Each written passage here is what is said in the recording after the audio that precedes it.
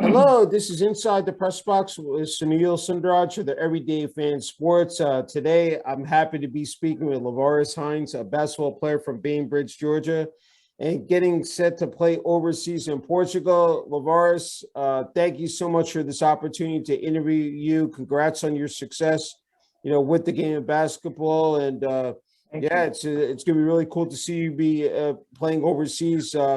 I guess let's first talk about how this opportunity arose, and just the fact that you're going to be playing internationally. Well, honestly, how it happened was I was playing in a combine recently, and then they seen me play, and they invited me. I didn't get signed; it was a pro combine. I didn't get signed, but they invited me to another one.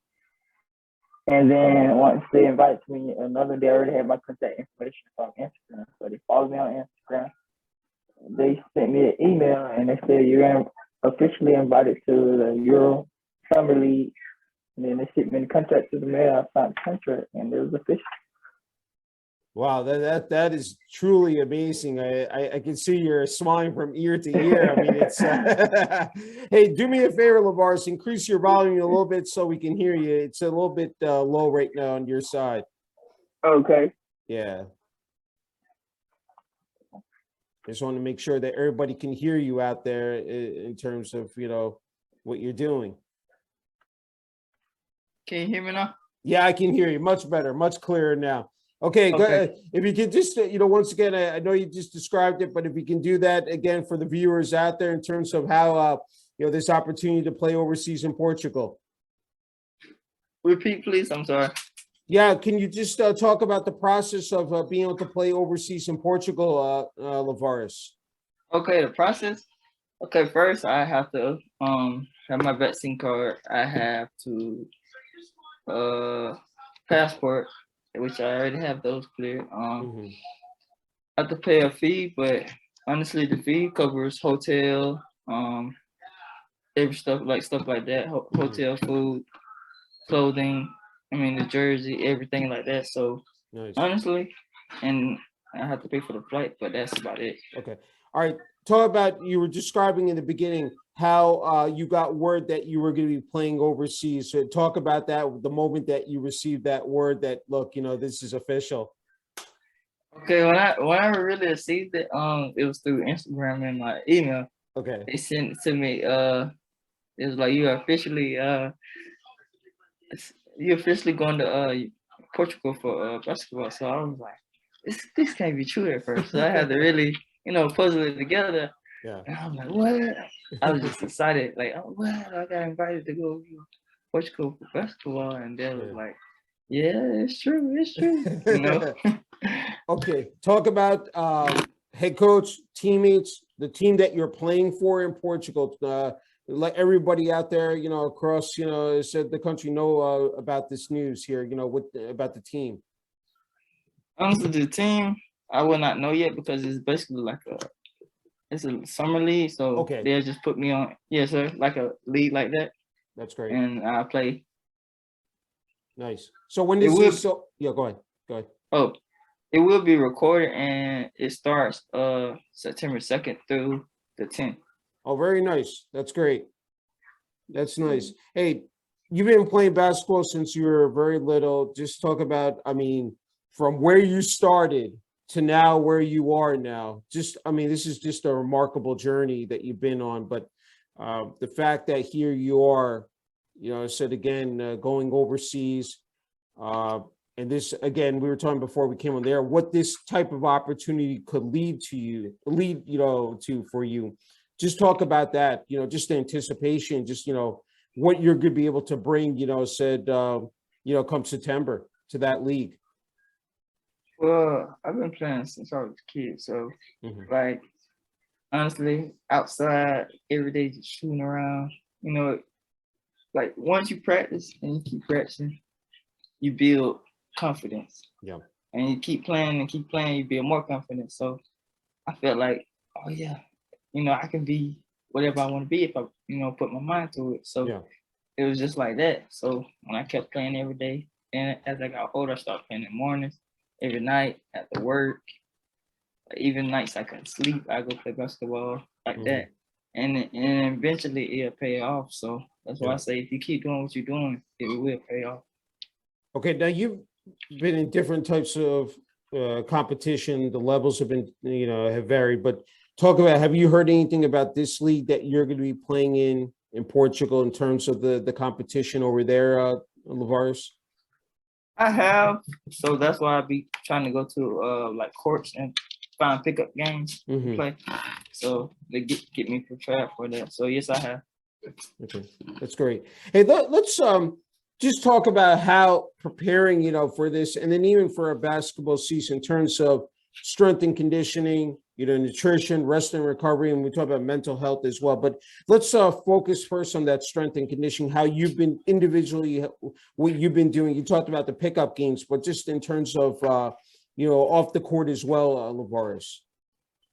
To me, off the court, I've been like lifting weights, going for runs, working out, and really eating healthy.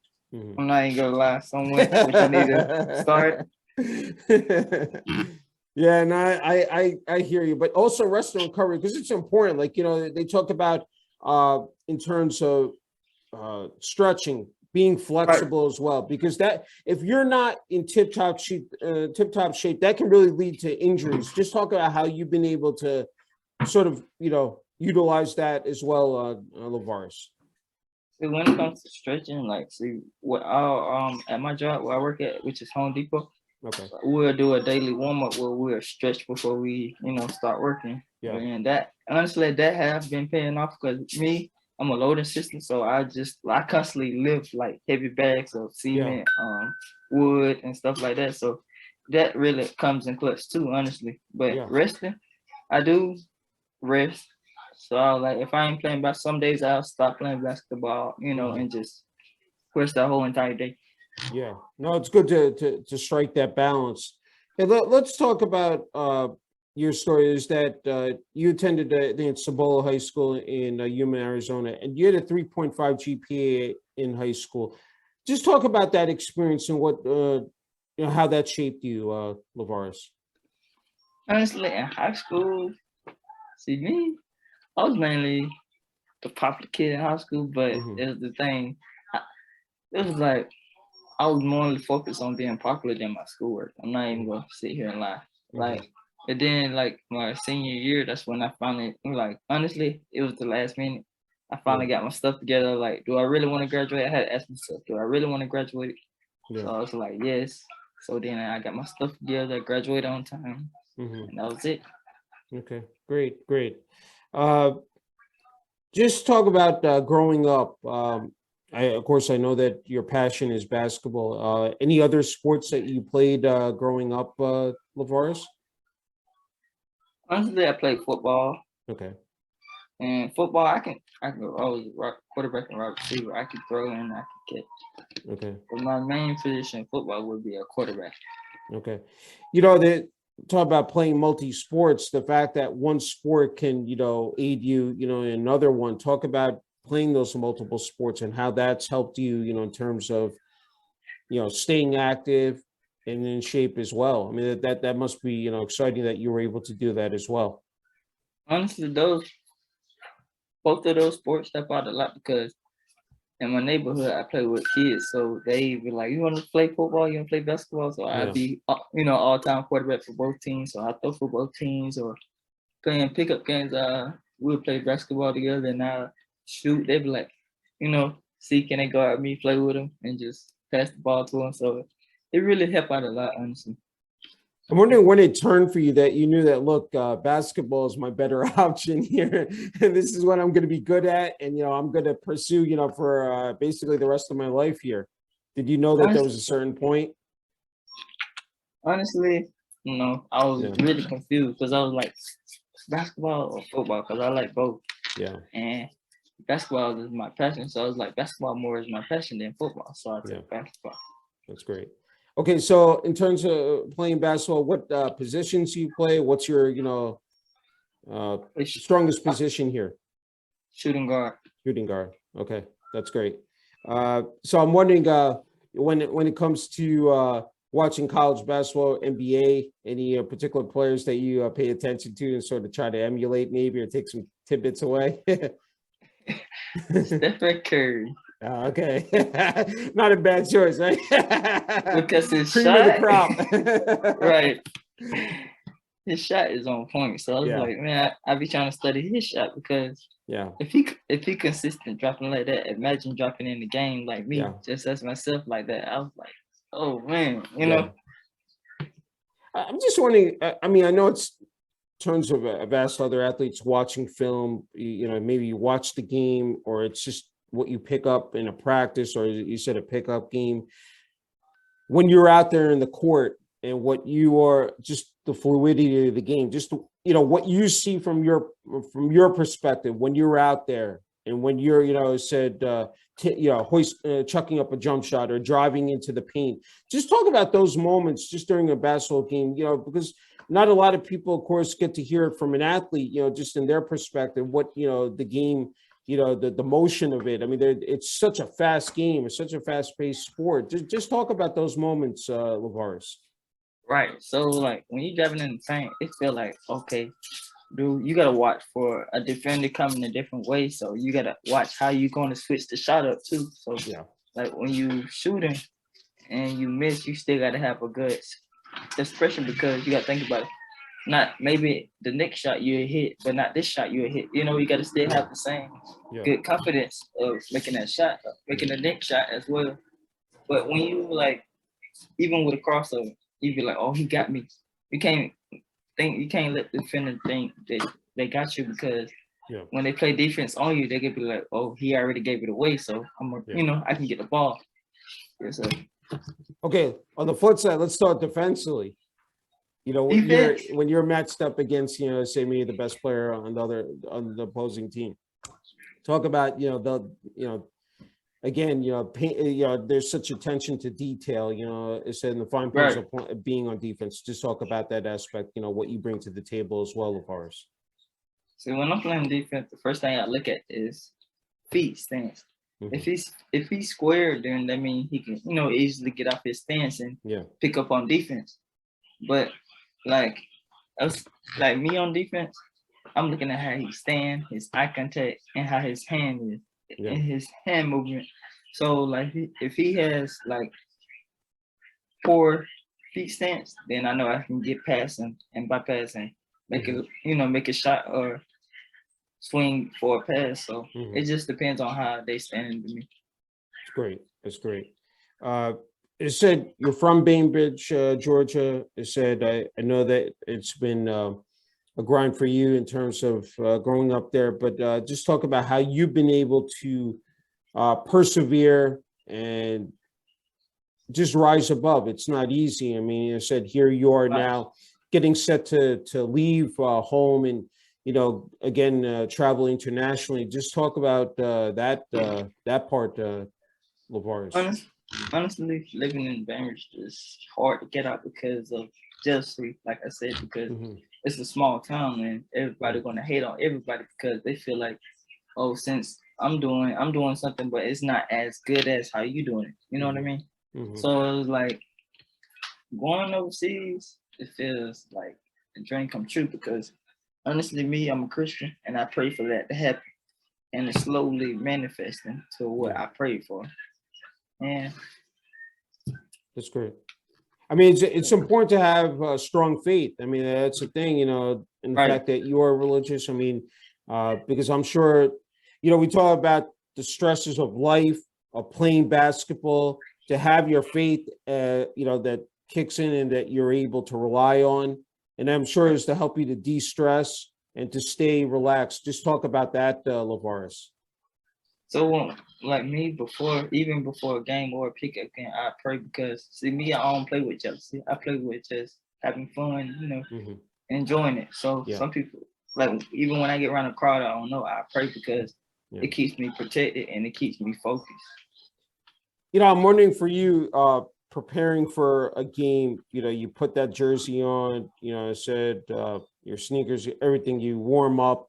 just talk about those moments that, as you're entering onto that court. And I even forgot to ask you before, when you're at the free throw line, everybody says when you're at the free throw line, it's like, that is a out of body experience, because, you got, opposing players, you got, the crowd, whether you're at home or you're away, but just talk about that as well. I had to ask you, Lavares. Okay, that moment, like when you're in the free throw, it's feel like all eyes on you, because it's up to you to make that one shot, or that 2 shots or 3 shots. Yeah. So I was like, man, it feels like pressure, like your heart is just, Yeah, it's fluttering. No, definitely. Hey, for you, I say you're so talented. I was so impressed by your background story. The fact that here you're, I said, working at Home Depot. I said you put in a lot of time, a lot of hours. But the fact is that you still find ample amount of quality time for your hobbies: graphic design, marketing, making beats, of course, playing basketball and football. But talk about that, because I think that's really essential. The fact that you have some of these skills here that are going to carry you a long way, just not in terms of playing basketball, but then, of course, even, as I said, there's life after sports. The fact that you have those, I'm just wondering how you've been able to tap into that. And, I said, I'm sure, it's going to, again, sky's the limit for you, but just talk about the graphic design, marketing, and making beats. That's really cool. Those are my passions too, because I still, even though basketball is my main passion, I still find a way to put, those hobbies inside that hobby in one hobby. So, but like graphic design, I've been doing that for since I was a kid too. So I started in high school, but actually start making cartoons and actually bringing stuff to life, like from my imagination. I was around when I was 17, honestly, but beats, I started making beats when I was little too, like around elementary school. So you just got to stay with it, I think. Yeah. No, that's tremendous. The fact that you have that creativity, and it's shining through. That the fact that and people are able to see that the work, you have a blueprint, and it's really, that's fabulous. And I'm sure that, again, I said that's gonna, again, you're gonna move up the ladder, and you probably already have, but I said, again, you're so young, and that you're able to, again, capitalize on that type of work. And what's important is that it develops work ethic, your values set. The fact that you already, again, are working, and then you have, these hobbies. I'm sure that that's something that, again, keeps you, again, active, I said, from morning till night. Just talk about that, because I think, and that's what I think teams want to see as well in you, that you display that type of commitment. Talk about that, Lavares. So that do keep me focused. Those hobbies do keep me focused, and it keep me like, so I use what I do. I put what I can use all those hobbies if it can be useful into basketball, if that makes sense. See, I'm creative, so I find whichever way I use my imagination, like, constantly. So when I do those things, it feel like I got an unlimited, imagination. Yeah. If that makes sense. Yeah. No, the potential is definitely there. Hey, let's talk about social media. I know you're big on it. I said highlight videos. There's a lot. There's a lot to compact there. The fact that and athletes are doing it. It's starting out young, and because there's a lot of competition out there. But the fact that you've been able to do it, and find your space. Talk about that, because I think that's, again, critical, that in terms of people seeing you, what you bring to the court as well. Talk about that, Lavares. See, that's the main focus. People wonder, even when you step on the court, they wonder what you can bring to the court. Yeah. So even no matter if you in high school, college, pro, no matter what, that's what they're gonna look at. Oh, they're gonna look at how your speed. They're gonna basically observe you. Yeah. Because, like, see me, I wear glasses, so they're gonna underestimate me regardless. Yeah. But what you bring to the court is what really matters. No, I agree. I agree. I just have a couple more left. Can't take enough of the time. Lavares, I see in the background a lot of pictures of family. I know Yes, sir. they mean the world to you. Talk and you've said they are your motivation. Talk about what they've meant to you. You know, said during this entire journey here. See, my family play a very important role in my life because they are my motivation. They support me, and they do keep me balanced. Because even when I do get off track, they make sure I get right back on track. Yes, sir. And even my grandma, she passed away. Like she passed away recently, but she was my main person I go to because she keep me me straight, keep me in line because she know my potential, so she keep motivating me. She like, you do all this stuff, and if you get off track, I'm gonna help you out because I know your potential. You know. That's great. That's great. I think my final question is before you get the final word here in terms of your message or advice for younger athletes, younger kids out there. You said you've been through, again, when you were early on, just growing up, and this is just a very these are challenging times, for kids out there, athletes. There's so many outside influences, a lot of stuff out there. We talk about social media even, but a lot of pressure. Right. In terms to succeed, but what you would say to them in terms of trying to navigate these, these turbulent times? See, for the younger athletes, I would tell them right now is to stay strong because think about it, it's hard out there in the world now because you got older guys or young adults my age, they're manipulating kids to the point where they brainwashing them, where they underestimate them. You can't do this. They got to stay strong and actually do that, motivate themselves too at the same time, because at the end of the day, you are your own person. So you got to motivate yourself. Yeah. Hey, you'd be a great motivational speaker as well. Thank you. All right, Lavares, you get the final word here. Message to family, friends, I don't know, former teammates, coaches.